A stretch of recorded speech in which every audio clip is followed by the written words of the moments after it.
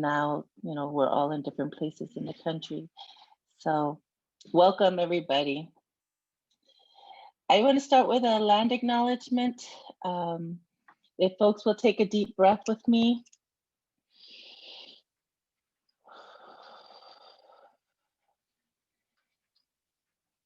This land on which we inhabit is physically situated in the original ancestral homelands. For myself, of the Tongva and Chumash people, we pay respect to the Tongva, Chumash, and all indigenous people, past, present, and future, and their continuing presence in the homeland and throughout their historical diaspora. Another deep breath.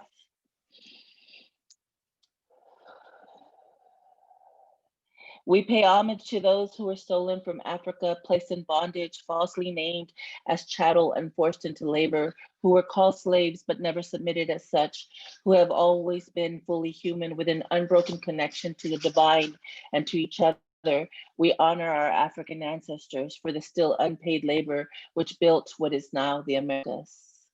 Deep breath.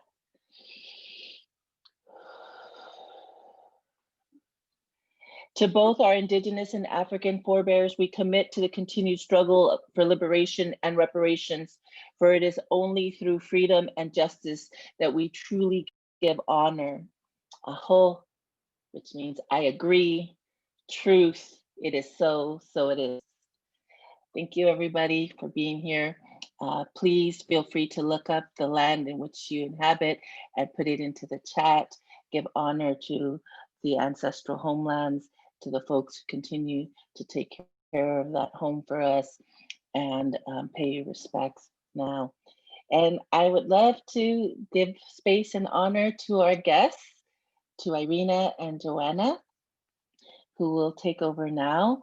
As I've mentioned, I have known Irina and Joanna for a very long time. They both were activists and students at UNLV in Las Vegas. And as some of you all know, I also worked at UNLV for many, many years. I was there for 15 years. It was my first job out of grad school. And I had the very good honor of being a co-conspirator as an activist and as a teacher. And I would also consider myself as a student of Irina and Joanna. I met both of them when they were young, super young activists. One, I think Joanna was still in high school. I was a community college high school, and she was getting ready to go into UNLV. She was only 17 years old. Irina, how old were you when I met you? I think I was 18 when you met me. Irina was 18, a brand new student at UNLV, taking her first women's studies class with my former boss and the chair of women's studies, Lois Helmbold. So it was really amazing to meet these young activists who were, again, embarking in their own journey of education. They can tell you how old they are, but they're now, it's been 15 at least years since then. And so it's just really beautiful to have them teaching us during this class and sharing their journeys. So please feel free to take over now.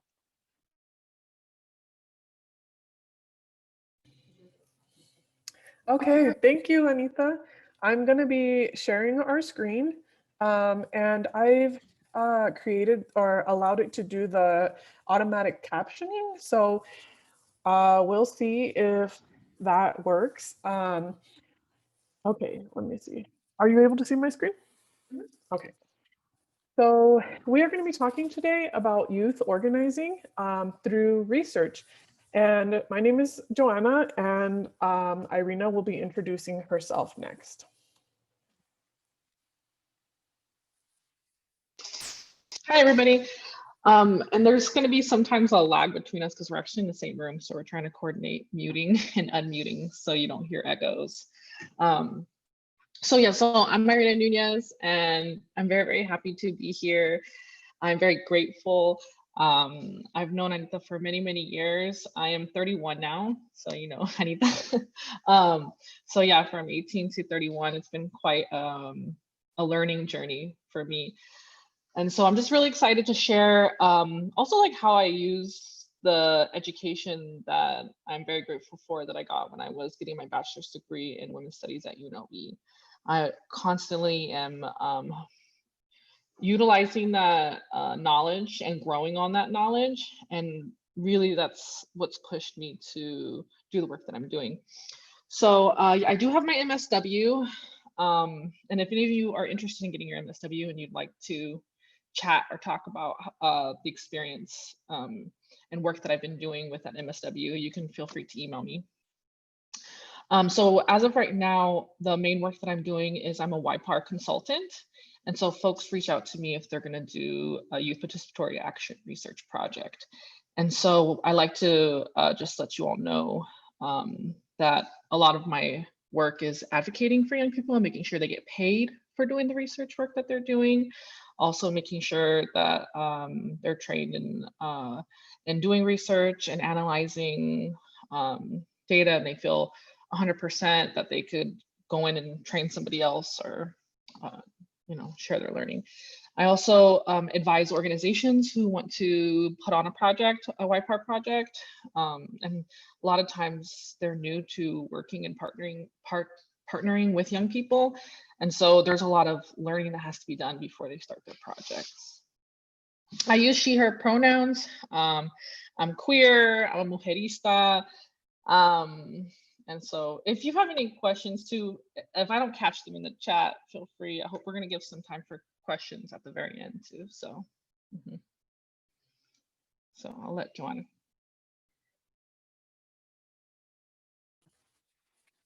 Thank you, Irina, and thank you, Anita, for sharing a little bit about our relationship and our history. I'm a professor now at Santa Clara University. I'm there as a postdoc, and I've facilitated youth participatory action research projects, and we're going to get into what that means because it's a very specific way of doing research led by young people.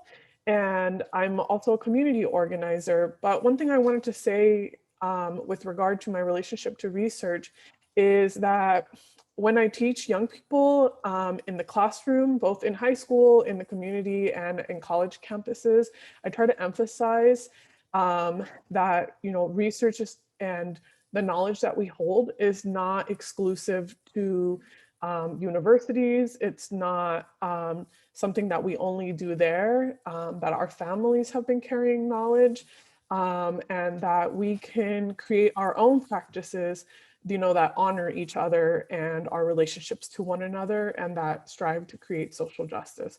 So that's what we'll be talking about, and why we think it's important to share this research or this this information with you all. So this is a social movements-based class, right?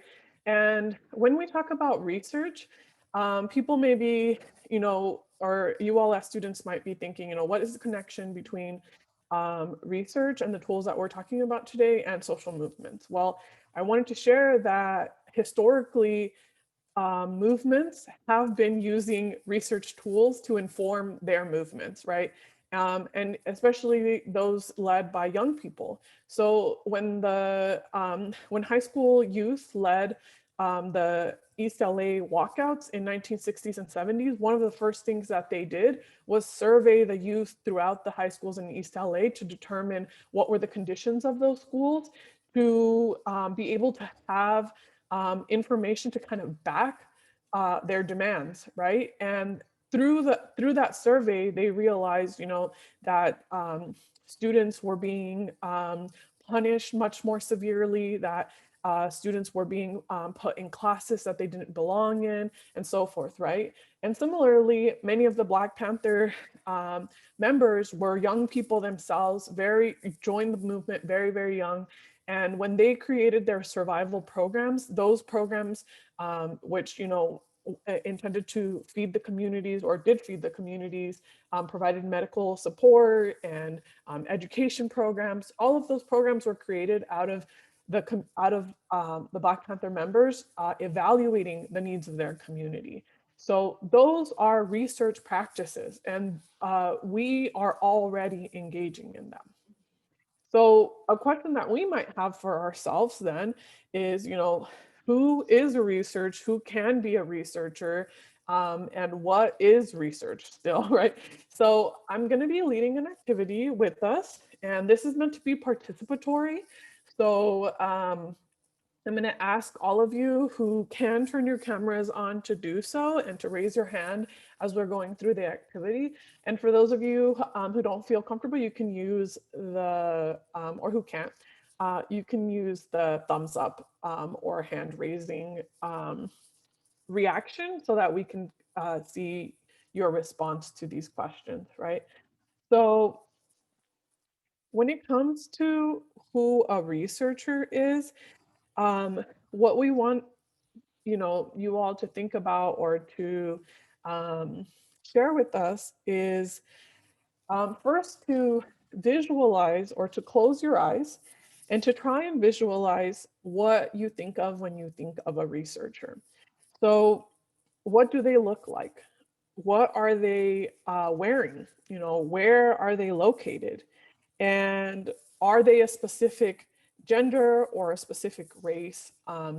Is there something that comes to mind when you think of the word researcher? So close your eyes and try and imagine, a researcher. And if anyone can kind of share what you see, what you think of, we'd love to hear from one or two people. And you can just unmute yourself and go for it. And you can put it in the chat. Yeah. So anyone want to share what you think of? Sure, I'll share.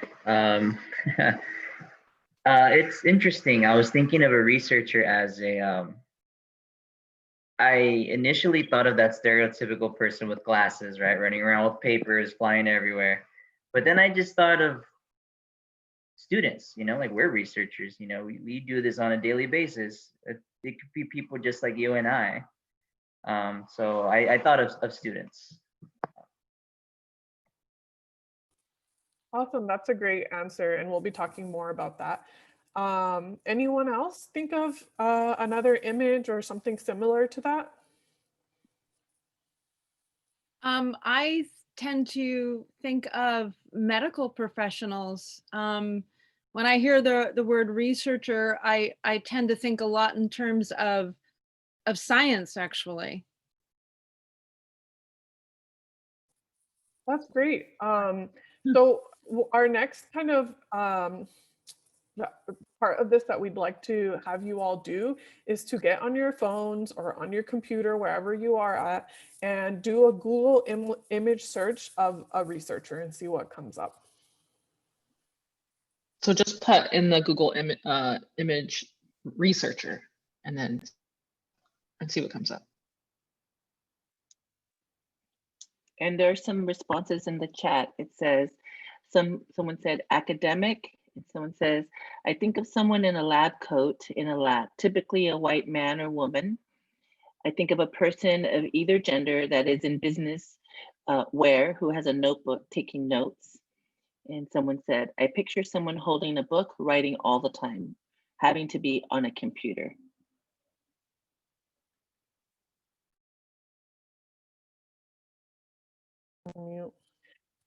So what were some of the results that you got from your search when you looked up the word researcher? I just saw a lot of people in lab coats on their computers. Anyone else? I saw an actual definition from Cambridge Dictionary. It said someone who studies a subject especially in order to discover new information or reach a new understanding. Yes. So If you did the search, I think a lot of what you all mentioned is what you find when you do that search, right? You see a lot of people in lab coats in medical settings, people looking at medical specimens or through some kind of like lab tech, right? And the other question that we asked was, what was their gender and what was their race? And so some of the images are a little more diverse and there's some people of color, but often what we see is many white folks, right, in those spaces. Yeah. And so I want to point out too that I've done this activity with a lot of young people when we're first starting out the research projects, and why we do this, and even before we even have them Google researcher on their phone, these are the images that are already coming up in their mind, right? They always say lab coat, they always say men, white men specifically, they always say, oh, they're in, big fancy buildings, and I'm like what? And they're like libraries or like universities, right? And so they're already thinking of these labs.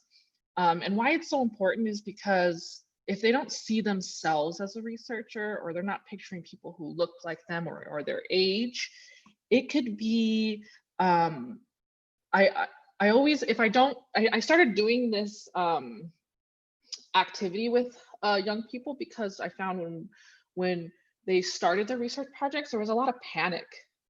They would get back to me and say, actually, I don't think I could do this. And it was because they didn't see themselves as being a researcher, and it can be very intimidating if all you're thinking of is the right people to do this don't look like me, are much older than me, have education that's much higher than mine, and then you could really psych yourself out, right, and not really claim that word researcher. And so Joanna's going to take you into another quick activity. So Andrew already mentioned that many of you have done research, right? As college students. What age were you when you first did your research project, or a research project of some sort? Can anyone share, like, how old do you think you were when you first did some sort of research?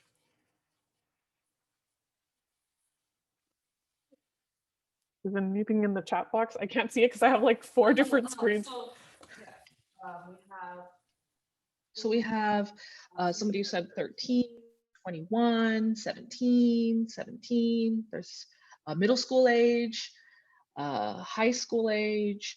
Also, if you can include who you did the research for, right? Who are you doing this research for? There's age 10, age 18. We have 37. So a wide range. It seems to be about 17 and older.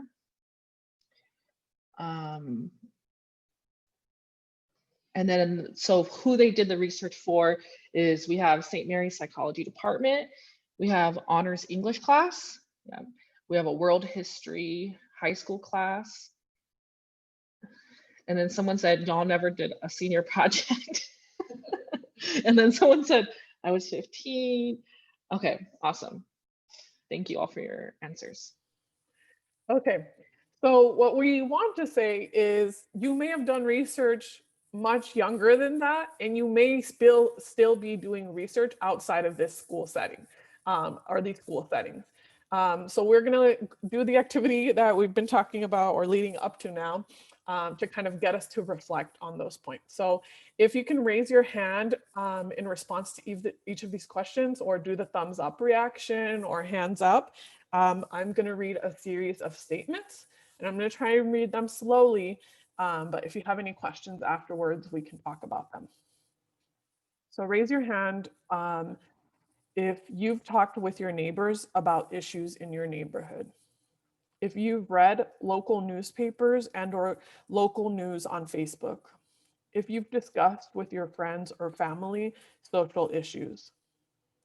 If you've explained or broken down complicated words, equations, instructions, or theories when asked by family, friends, or community. If you've saved photos of family online or printed them and kept them in storage.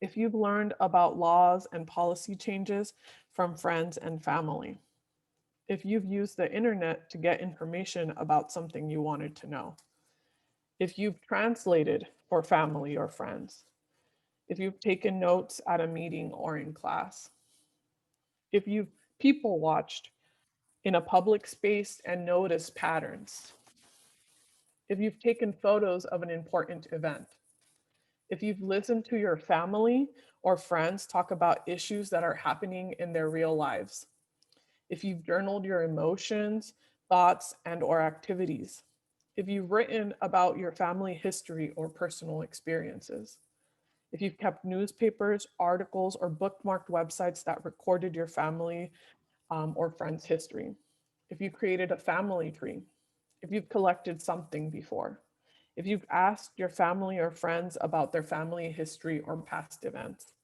if you've written on photos the location, time, and place that that picture was taken, if you've talked with groups of friends about an issue we were all experiencing, if you've kept a memory box full with documents, photos, or trinkets. So we do this activity with young people when we facilitate research.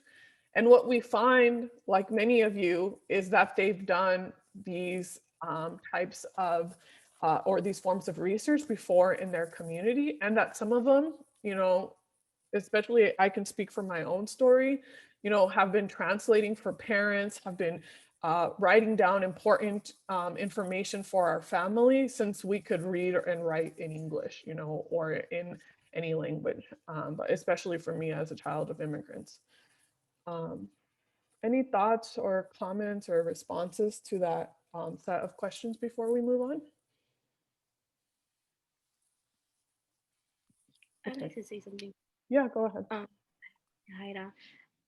It's just crazy how, like, again, we as kids, we think that a researcher has to be in a fancy area and like a fancy like a lab and like know all these, like, has to be educated with books and stuff like that. But you know what we should be like claiming is that we have our own research, like within our own personal life, like our own stories, our own theories. Like, it doesn't have to come out straight out of the book for it to be a research artifact. I don't know if I'm explaining myself right, but I think that should be like talked about more, that our own stories could be used as a research like thesis or guides. But yeah.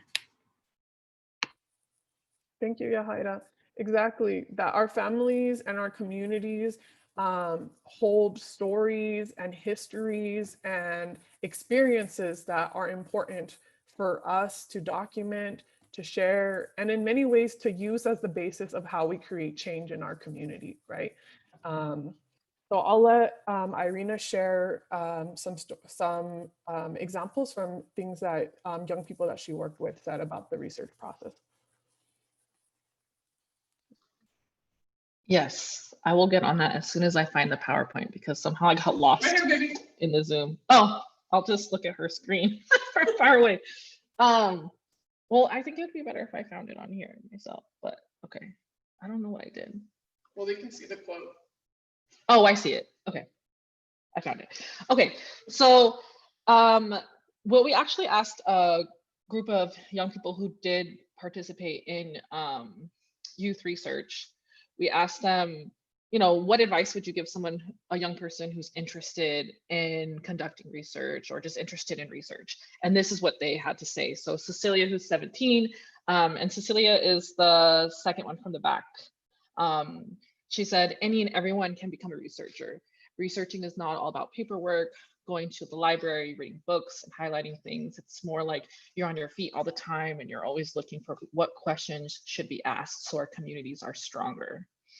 And I really like that she said that, because all I asked, right, was, what would you say if someone was interested in doing research? And automatically her response was to kind of, do what we kind of did, was deconstruct what we think research is and really try to give a clear understanding of what it can be, right? And then Hasait, who's actually in the very, very back of that photo, she said, it was a great experience. I think everyone should participate in a research project. You'll learn so much more about your community and yourself when you get involved and focus on an issue in your community. You learn how to collaborate and build solutions together. And that was Jose. And so it was just really amazing to hear from them after we did these projects, like how they were tying their lives to research for themselves. Cecilia, who I mentioned before, also had mentioned to me that it was really hard for her because we did a food justice research project, and she was learning about, she was actively interviewing folks and other young people about food and the free and reduced program. And a lot of stories came up around, hunger and having just food security. And she said she would then go to her job at Hy-Vee. I don't know if you all have ever heard of Hy-Vee. It's kind of like a supermarket, a grocery store. And she would at night throw away a whole bunch of bread, right? So any bread that they didn't have, she'd have to throw it away. And so she actually tried to advocate to be able to give the food away for free instead of throwing it away. But she said it was really hard for her to learn and hear all these stories up front with people and then having to go to her job. And so we kind of talked about, okay, what are some ways that we could use this research to also convince Hy-Vee to not throw away and waste food like this and actually give some out to the community. So I wanted to talk about traditional mainstream research practices, and why I wanted to do this is because there's a reason why we have these thoughts about research right away. Why we think of people in lab coats, why we think of them in a school, right? It's because usually when you hear of a research project, it's done by one or two institutionally educated researchers, right? That the researchers control the design and the entire process, right? When they move forward, when they decide to end the project, when they decide that they're going to create a report.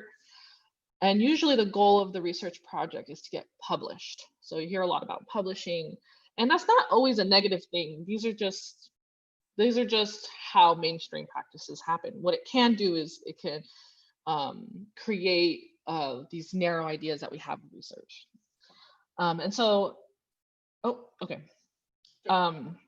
And then usually impacted participants are usually the ones who they come into the process during data collection. Joanna's the one controlling the screen. I'd like you to think of it.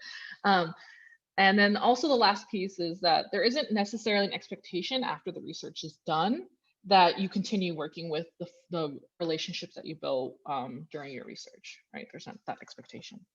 And so if we move forward, I actually created this with young people in our network about what was the research process that they hear about, right? And they learn about. And so this was kind of the route people take. So they usually involve the community during the data collection process. That it's kind of a linear, right? You define your research topic, you review literature, you formulate your research question. And the only time you're really going back and forth might be when you're collecting data and analyzing data, because you might find that you need to go back and you need to collect more data because maybe you didn't answer the question, or maybe you answered a question you didn't expect, right? And I see there might be some chat, folks, so I'll try to keep an eye on that. And then right at the end piece is you're interpreting and you're reporting. And you might be reporting to an institution or to a community. And so the YPAR process, this is the process that we took with our young people. And so we created this together, and I always encourage them. So if you looked at the magazines that and zines that we attached as readings, and I believe Anita has posted them in the Zoom chat, you can see I encourage them to put their own process, because every process will look different. You take more time, you go back, and what I like to say is that we like to encourage the projects not to be non-linear, to be able to go back and not be afraid to go back. It doesn't mean you failed if you have to go back. It means that you learned something, and therefore you noticed you needed to make a change. And so a big central piece of YPAR and that actually is really grounded in feminist methods, is having a really strong critical reflection of your positionality as researchers. And so in every step of the research process, we ask them to remember like who's in the room, who have we engaged, who's participating, and does this is this including everybody, right? Are there folks that who's not at the table or who's not analyzing the data, and can we get them into the room? Can we get them to participate? Is important for us, because then we're remembering, right, that we're not the only ones that are impacted by this issue. And so that is something that we do throughout the entire process. We also try to include community and folks who are impacted by the research question from the very, very beginning. And we're constantly adding people. Where there becomes, usually the young people who are the central of the group are being paid. And so we also like to encourage folks to budget in paying participants to come in. And like if they're going to analyze data, that they're also being paid, right? That if they're helping collect data, because that's the thing is like researchers, you have, when you have your research question and you're trying to collect data, it is invaluable. If the young people who are the leading this group are related to this research question, they're bound to know somebody else who also is impacted by that, right? So you end up getting a long line of people who are impacted by this, and that could be part of your research project. That is invaluable. That's so valuable. And so we like to make sure people get paid for their work, but also something that's very key here is it doesn't end on interpreting report, right? We encourage that something is done with the research so that there's some kind of action that is done to provide a change, a transformative justice, a positive change. And we'll go over a few projects that we did, and we want to cover like what change came from these projects, right? So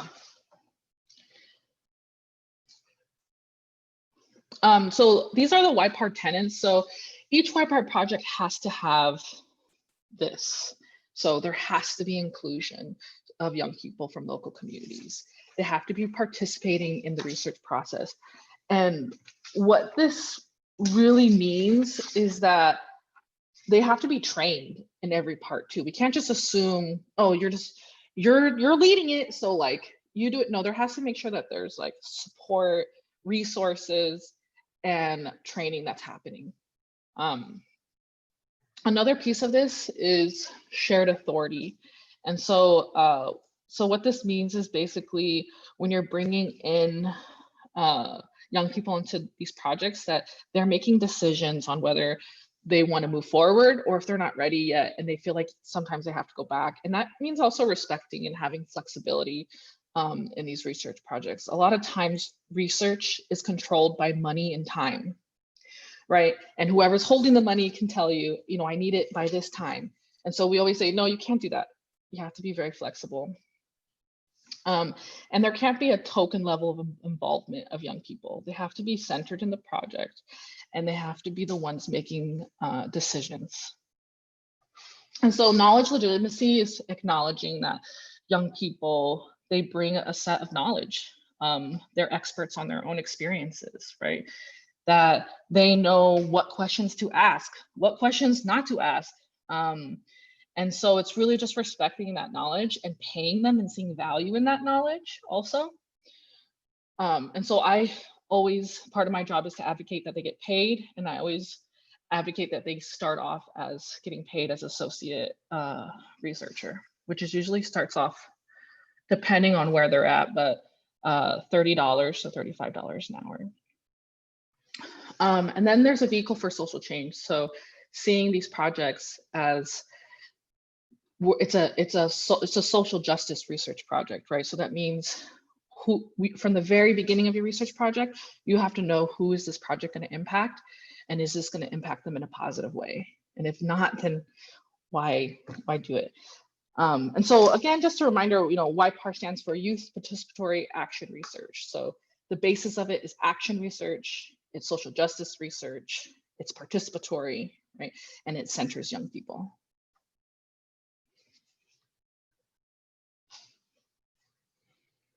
Okay, so this was actually one of my first big projects. It was with the Northside research team in North Minneapolis. And so there's more, this isn't the entire team. We actually have a shorter amount of, we had 8 members, but some of the folks that are in this picture, we actually did interviews with and surveys with, and they wanted to be part of the picture. So we were like, the more the merrier, come in, come in. So this was in 2015. In the project, we interviewed 73 people and we surveyed 178. And it was on policing in North Minneapolis and their relationship to police. And I actually wanted to show you, where are we at on time? Okay. All right. You want to start sharing your screen? Yeah, I'm going to share my screen. Well, when you did that, oh, there it is. Okay. And so we actually created this together. And so I just wanted to share with you some of the findings, right? Because it had a huge impact. We actually ended up having police that we didn't expect to show up to our presentation, and they were quite upset about our findings. So out of 178 folks that we surveyed, a big piece that we wanted to focus on that were important findings for the young people is the emotions people have when they see police, right? And so we had emotions like feeling tense, feeling anxious, feeling fear, depressed, heavy. And in comparison to these like more positive feelings, there's a stark contrast. It's like doubled. I mean, 23% said safe, 44% said tense, right? And so when we're thinking of what are the emotions people, when they see police, then we asked, okay, well, when did you start first encountering police, right? And so 57% said that they were stopped by a police officer as early as age 14. It's very young. And a key piece that we wanted to tie into everything is thinking of the emotions you feel when you see police and being stopped by police, right? We wanted to ask, do people go out of their way to avoid police? And 77% said yes. And how they do that is they avoid certain places, right? So they won't drive near certain areas. They'll take longer routes. They'll stay home, or they won't travel alone. So they'll find somebody else to go with, like to the store or whichever. And so what we really talked about was, how does this impact our mental health? How does this impact our daily lives if we're late to work, if we're late picking up our kids because we decided we were going to take a longer route because we just didn't want to run into any police? What does this mean for our community, right? Can I say something? Yeah, go ahead. I also wanted to add that the youth who did this research project did it in their community in North Minneapolis. And at the time when they were doing this project, soon after they concluded the project, Jamar Clark, a young person in North Minneapolis, was shot by the police, 2 blocks from where they conducted these interviews. And the precinct where the police were in North Minneapolis was occupied by the community. So when they presented these research findings, it was just like 2 months after this had happened and the occupation of the precinct had ended. So when we say that the police were upset, like their precinct had just been protested for weeks on end, the community knew these things, but now we were presenting research that said, the police not only are targeting people and inflicting violence on them through actually shooting them, but our daily lives are disrupted. Our socio-emotional health is disrupted on a daily basis. Our work lives, everything is disrupted by the presence of police in North Minneapolis. And other research also found that the majority of these police officers were not from that community, on top of many other issues, right? So when we say, how important this research is, I think we're not in any way under measuring that, or whatever the word is. This was really important in the time that it happened and the impact that these young people had. Mm-hmm. And it's important to go back. Some of the first questions that we ask folks who are going to engage in research is who owns the research? And so we make it very clear that the community owns the research. Folks who are offering these interviews and testimonies, they own it. And so it was really important for us because this was a group of 8 young people who surveyed 178 and interviewed 73. And in the interviews of 73 people, we heard countless stories of just unjust treatment of folks with the police. Like, we're talking about people ordering people to like leave their houses and being maced in front of people, getting hit in front of and they didn't know what to do with these interviews because it wasn't necessarily what they were looking for was to talk about. I just felt like it was so much and they felt such a responsibility of making sure that these voices were heard that we actually had a group of activists called MPD 150 who were doing more work of like sharing testimonies and trying to have the community think of alternative services other than the police, right? And so the Northside research team was like, give them, like share this research with them, share these testimonies with them, because they know from folks who were sharing their interviews, it was a lot of like, I hope this just doesn't sit somewhere, like I'm sharing this for a reason. And so it's very powerful also to see, this acknowledgement of like who owns research and making sure that it's being used for, for transformative justice. Mm-hmm. There you go. And so I'm gonna let Joanna talk about her project.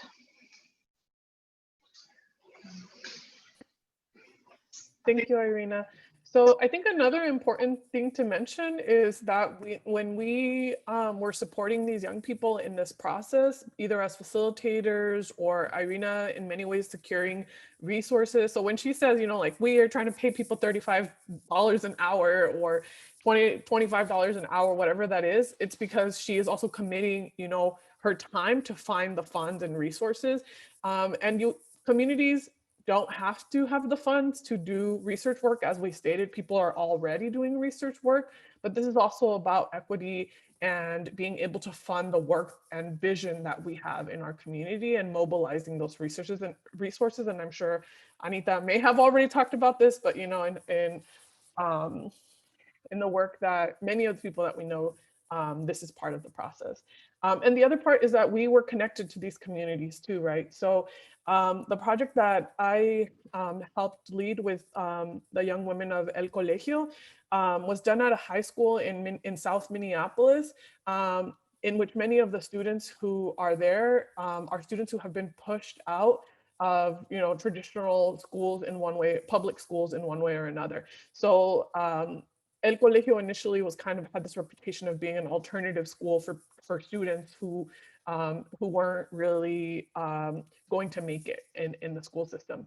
But in fact, when they got there, they were nourished and given the resources they needed. They centered kind of like an ethnic studies decolonized approach to their education system.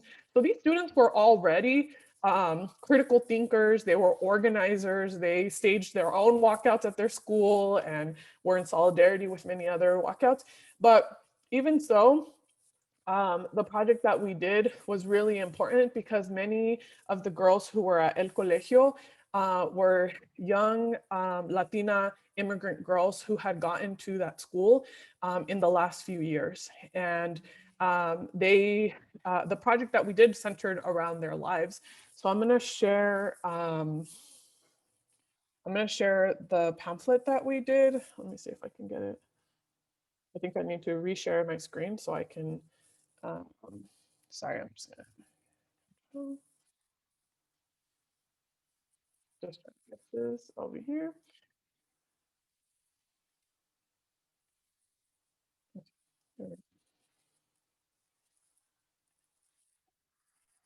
Okay. So our project was centered around thinking about how Latina immigrant girls fare in their schools. And the research was done at El Colegio and at another high school in South Minneapolis called South High. And our participants were from Honduras, from Mexico, from Guatemala, from Ecuador, from El Salvador. And many of our participants had only been in the US for 1 to 3 years. And they were the first, I guess you could say, generation of immigrants here.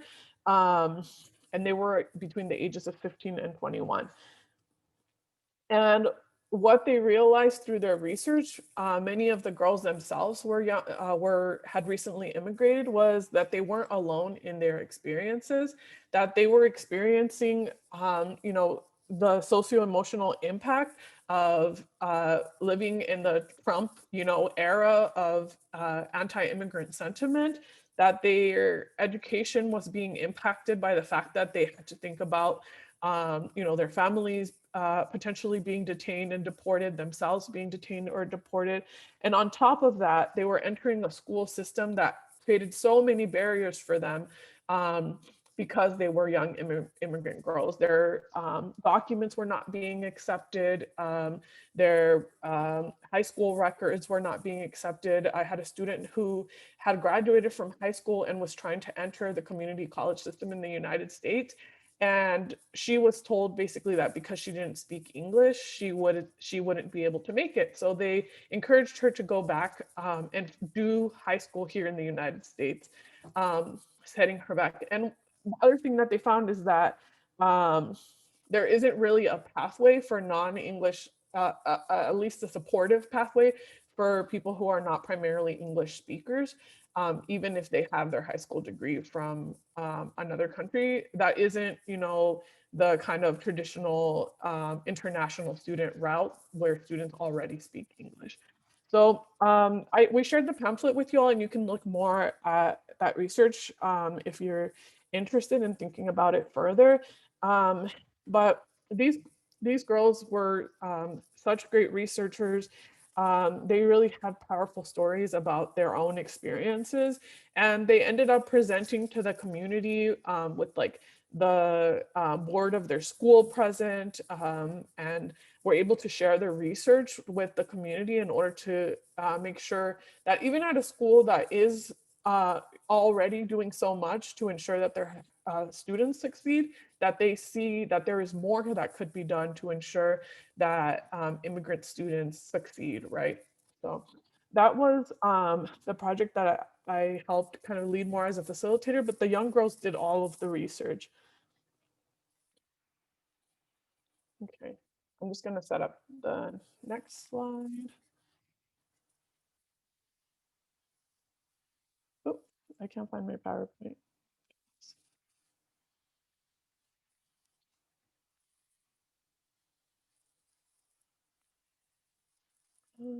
Sorry, just having.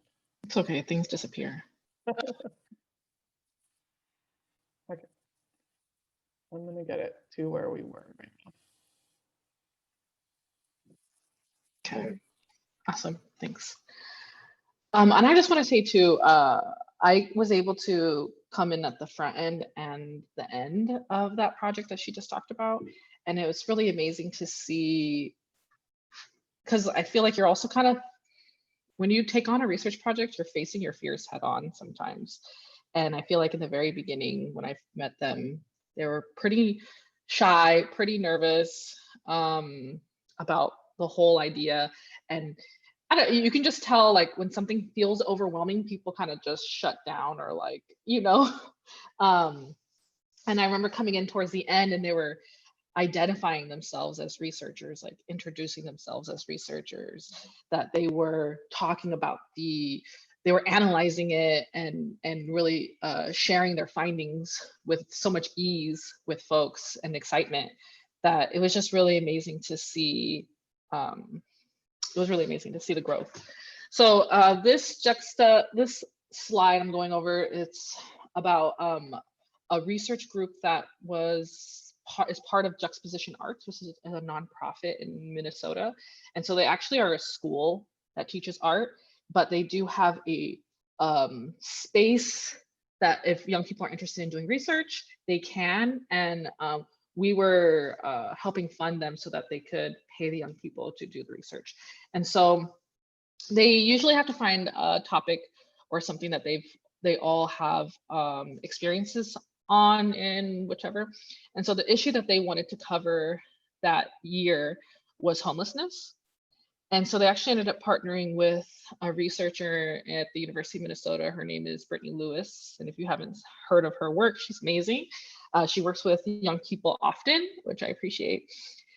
And so they partnered on this project together. And I remember talking to the young people because they've done research projects for 3 years in a row, or no, 2 years in a row before this project. And so I was very familiar with them. They know me. We talk very casually to each other. And I remember Brittany was like, okay, I'll interview folks who are experiencing housing instability, either long-term or short-term. And they created the whole project together, but Brittany was like, I'll take this on, you all can interview. So what they ended up, who they were interviewing was housing resource centers. So any kind of center or resource that gives folks resources in housing instability, long-term or short-term. And I remember talking with them, they were like, I don't know, I feel like I actually want to do the interview folks who are experiencing homelessness, like not the services, right? And so why this is important is because for me, I was like, no, this is a great opportunity. You know, like researchers are often, they think of always interviewing folks who are experiencing the oppression, right? And not necessarily interviewing folks who are doing the oppression. And so, not that I wanted to get in their mind that these housing resource centers were doing oppression, but you know, there's an opportunity to speak with folks who are like working in the system and challenging them, you know. And so they ended up doing it. They ended up loving it in the sense that they had a lot of critiques, right? And so for them, they ended up creating what they ended up communicating to us was they're like, wow, the thing that we found was actually they have like no empathy to folks that they're serving, right? That they ask people to do this, this, and this, and they don't see how hard that is for folks who might not have secure transportation or who might have kids or other responsibilities outside of running to all these different services. And so what they did was they created a simulation where it actually took somebody through what it would be like to have to go to all of these different appointments and do all of these interviews just to secure housing, and how difficult it actually was, and why they didn't have, you know, they said a lot of the services, folks who work in the services were complaining, you know, they're like, we give them all these resources and people barely go through the whole thing and actually get the services. And they're like, well, there's a reason for it. You know, if you're thinking of people and all their responsibilities and everything that they're going through and mental health, everything, that there's reasons why the system isn't working. And so they wanted to really demonstrate this through this. And so that was actually our action piece. So we ended up funding them for a second year after they did this year-long research project because they wanted to focus on the action. We're like, yeah, for sure. So we paid them for a whole nother year just to focus on action.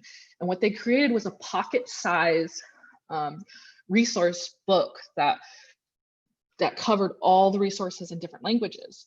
And why that is very significant is if folks are experiencing housing instability, especially long-term, the book that was actually is usually really thick and big and you can't really carry that around with you, or it's online and not everybody has access to the internet. And so they pulled out information that was important based off of Brittany Lewis's interviews and information people wanted. And then they created a simulation based off their interviews with these housing services. And so actually it ended up being mandatory for the state of Minnesota that people who are gonna give housing services, they have to be part of this simulation. And so they actually have to go through this simulation and they have to talk about empathy and they have to talk about, you know, like how to treat people with respect, right? And so I think it's really amazing. They changed, you know, how they were able to make a huge change in an institution that hasn't had many changes in long term. So I'm really, really, really, really excited about this project. You could take a look at it. They have, it's on their website, juxtapositionarts.com or .org. I'm not sure if it's .com or .org, but if you Google Juxtaposition Arts, it'll come up. And so that was an amazing project. Yeah, and I think it's important to emphasize that all of these, researchers are young people, again, who are doing this 16, 17, 18, 19 years old. And that the work that they are doing, is having an impact in their communities. We're just gonna share this screen now that has some of the other research projects that were led, at least in the last few years, by young people in Minneapolis, many of which Irina, like we said, either helped secure resources for, but people have presented their research through art. They have presented it through like theater performance, kind of like presentations back to the community, through gallery exhibits. So when we talk about this kind of work, it's so important to really kind of, not only are we shifting who we say who can be a researcher, what counts as research, but we're also talking about, how can we share this research? How can we have the community participate and learn from this research in ways that are different from what we've been told, research is. And it's all about changing the process and, how the community and young people are transformed in the process. So I really appreciate Irina talking about the young people I worked with at El Colegio, because they themselves went from seeing themselves as kind of really not being valued by the education system that they were participating in, to seeing themselves as researchers who are carrying the stories of their community, who are transforming the experiences of other immigrant girls as well.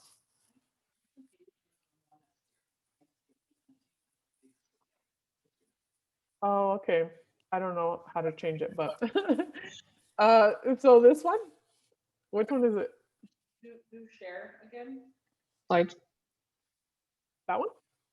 And we have to choose the one that's on the big screen. Oh yeah, yeah. Sorry, y'all. Let me choose this one. There you go. Yeah. Okay, I'm so sorry. Thank you for letting me know. So this is just, we're gonna share our PowerPoint with Professor Anita so that you all can have it. And we'd love to hear questions, comments. Did you have anything else to add? Yes, I do, which I will probably send to Anita, and she can send to all of you all. But how have imperialism and colonialism impacted our Asian American experience, present, future, and past? They were very, they did not want to do a research report or anything like that. And I was like, you don't have to. I was like, if you want to do art or poems or however you want.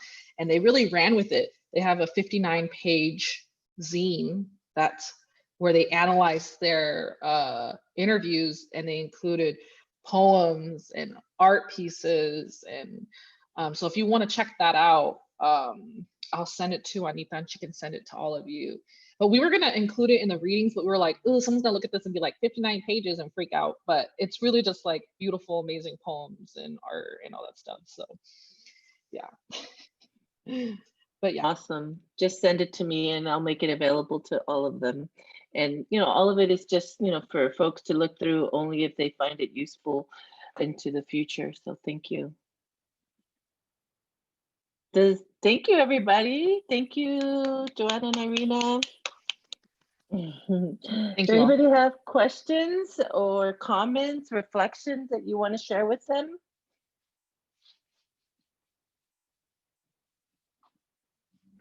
Just a tidbit of reflection. It really changed my perspective on research. I never really considered poems and art to be a form of research, but it is. So that makes me a lot more interested in research, if I'm being honest. I like expressing myself through my art, and I think if finding a way to educate people through that, I believe that's awesome. So thank you for bringing that up. Awesome. Thank you, Andrew. For sure, I have to say I wasn't the biggest fan of research at all either, especially in my bachelor's, because of what I've seen, I didn't really like. I also started writing and reading pretty later on in life. Anita actually helped me write my first research paper, sat down and explained everything to me. And I just remember feeling really frustrated and like I didn't belong, you know? And so when I graduated, I have to say this was probably the last thing I ever thought I would see myself doing, until I was, you know, I was asked to work with community in a different way. And I saw, I'm like, oh, this is organizing. You know, research is organizing, organizing is, you know, and I saw, I had been doing organizing and activist work for many years. So I was able to really draw the connections between, okay, we're interviewing folks and we're having them analyze their situations and what solutions can come from this, and we're working towards those solutions. I could do that, you know. So yeah, for sure. Thanks, Andrew. Yeah, and it reminds me of, like, I know when I was in grad school, I always had an aversion to theory, you know, theorists. And I remember my advisor, Danny, my mentor, saying, like, you know, we all do theory, like we all make meaning of the world. We're constantly, you know, trying to figure it out. It's the problem is that the folks who academia has historically and traditionally given credibility to making and constructing theory and research has usually not been us, right? And so I've often said the line of, like, you know, academia was not made with us in mind, so neither was research and neither was theory. And so part of this process is about reclaiming the act of research, the act of theory. And I really like your activity earlier in terms of, like, asking us if we do photos, right? Because we all know that I'm obsessed with photography. And I'm like, look, I'm going to take a picture of it because I'm all about, you know, documenting everything that we do, because that's how I'm telling the story. Like, I don't want to write about it all the time. I don't always want to, like, you know, write a poem about it necessarily, but I want to take a picture of it so that everybody can know this story. And so because of it, people know our lives. And when we're, you know, gone, people will be able to tell our stories. And we have already told our stories. So thank you for, like, putting that into context. And I hope that even folks from my class this semester, I've been doing more and more art and all of the different creative projects. But this semester, my colleague from Asian American Studies invited me to do an oral history project connected to food. So students are being asked to do food with an elder or community member, and they've been turning interviews in and photo diaries. It's so powerful, right? Like, even without the written piece, just the photos and the act of cooking with your person, your, you know, elder or even yourself, and being able to tell that story, that is research. Right? It's not just you're eating. Yes, you're eating, and that's the beauty of it, but it's also research. So thank you for that. I hope that folks will take that as another affirmation of how powerful that work is, and take, you know, and share that research with other folks once they get it done. Questions or reflections? I also want to just point out something which I don't think I touched on, which I think is really important, is that the end of the research project isn't the best thing that can come out of your research project, right? The best thing that comes out of it is relationships. So a lot of times you have these young people who are interested in an issue, and by the end of the project, they're now sometimes in touch with over 50, 60 other folks who had similar experiences. They're now in touch with folks who are in positions of power that make decisions on that issue, right? Or at least they know who they are. And so by the end of the projects, you know, you have a movement, right? Like almost like a movement around this issue, and folks who are excited and want to see change. And so for us, that was like, so for me, I always say, pay attention to the process of your research, how you're bringing in folks, how you're treating folks, how you're making that space accessible, because it will impact who shows up. And for me, what I've seen is like that is the real gold or treasure that comes from these projects, is the relationships and the movements that are created or strengthened by research. Yes, thank you so much. Professor Teresa? Yeah, I am so inspired by you, and I'm so glad that you could reframe research, and it can actually be a fun process to do research when you really care about it. The one thing I just want to say is that I really think it's important to impress on you that, because I'm in my environmental justice students, I'm going, the research we do is important. Why? Because people don't care about our communities. So the reality is that our communities, they're not investing UCLA or whatever money into dealing with issues in Boyle Heights for gentrification, or with the Exide that just, they just got out of bankruptcy from our government and different things. So I just want to impress on you that in actuality, it really is imperative that we do it, because other people really are not interested in, they're not interested in advocating for our communities. So shout out, a little shout. Yeah, and I think that's why it's so important that community frame the questions and community frame the type of solutions that are going to come out of this research, and that community frame how that research is presented back to the community.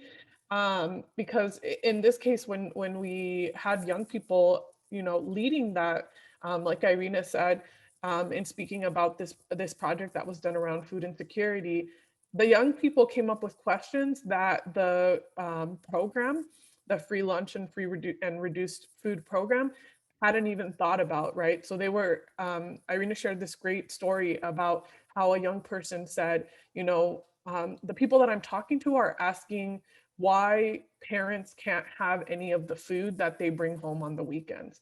Like that was a question that was important to them. And that was an issue that was important to them when they were talking about food programs that the school provides. And these officials and these people that these young people were talking to wouldn't have thought of this question, didn't see why these young people thinking about their parents, was important. But these young people had those questions, right? And they were thinking about these sorts of solutions too. So thank you, Professor Teresa, because that's exactly what we mean, right? How many environmental studies, for example, have been done about barrios that community never even see the actual results of those research projects or those investigations, right?